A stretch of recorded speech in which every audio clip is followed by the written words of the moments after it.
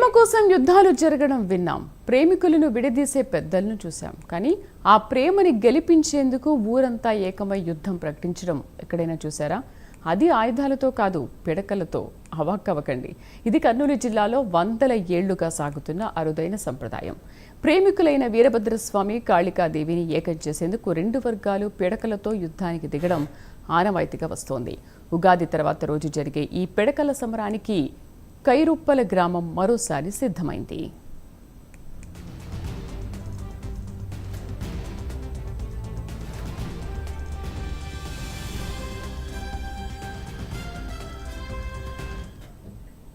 కర్నూలు జిల్లా ఆస్పరి మండలం కైరుప్పల గ్రామం ఆధ్యాత్మికతకు, వింత ఆచారాలకు పెట్టింది పేరు.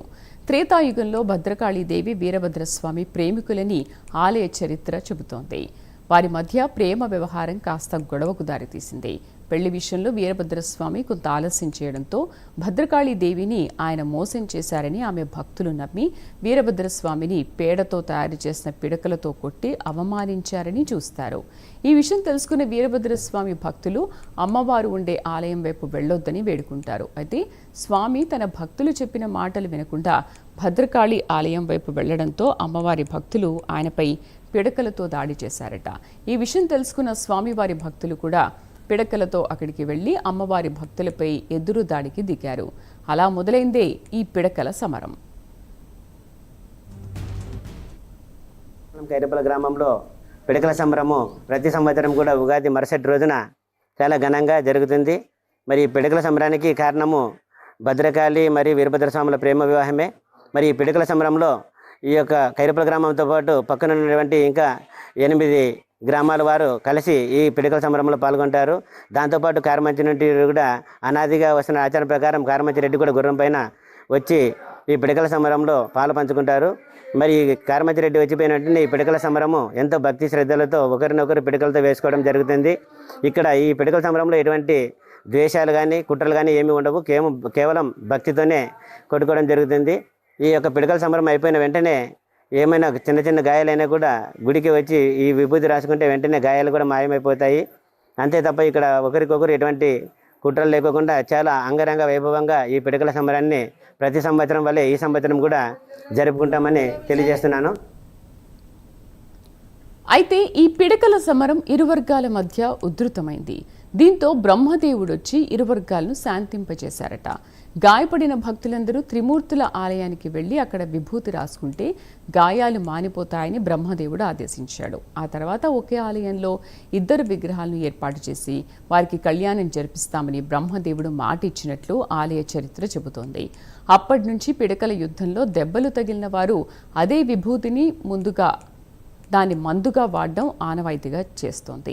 అంతేకాకుండా పిడకల సమరం జరిగే కొన్ని నిమిషాలకు ముందు ప్రత్యేక పూజలు నిర్వహించేలా చూడాలని కూడా బ్రహ్మదేవుడు భక్తులను కోరాడట.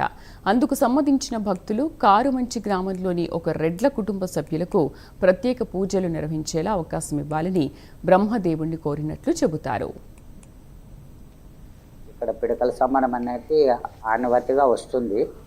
ఇది ఇక్కడ భూపాలదొడ్డి విజయ స్వామి, ఇక్కడ చెన్నపల్లి కార్తికేయ స్వామి, కారమంచి బీరప్ప స్వాములు, ఎంగ్లాదొడ్డి బీరప్ప స్వాములు, కొండెనక చౌడేశ్వర్ ఉంది. వీళ్ళందరూ వీరభద్ర స్వామికి సపోర్ట్గా ఉంటారు.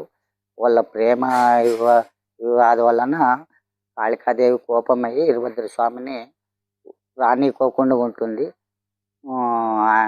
వీళ్ళ సపోర్ట్ వలన వీరభద్ర స్వామి ఎదురుదాడి చేస్తూ కాళికాదేవిని ఓడించి వశం చేసుకొని కాళికాదేవిని మరుసటి రోజు కళ్యాణం చేసుకుంటాడు. ఎటువంటి దెబ్బలు తగిలినా కూడా వ్యక్తిగతంగా కచ్చ పెట్టుకొని కొట్టాలని చూసినా కూడా దేవునికి ఏమీ కాదు. అయినా కొడదామన్నా వాళ్ళకి ఎక్కువ దెబ్బలు తగులుతాయి. ఇక్కడ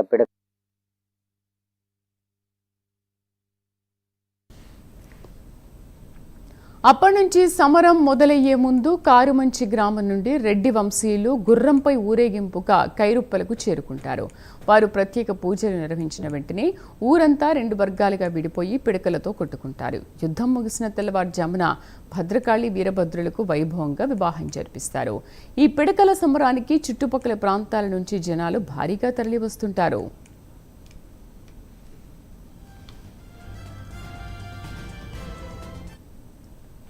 ఈ పిడకల సమరం కేవలం తరతరాలుగా వస్తున్న ఆచారం మాత్రమే కాదు, భక్తి, సంప్రదాయం, సామాజిక ఐక్యతకు ప్రతీక.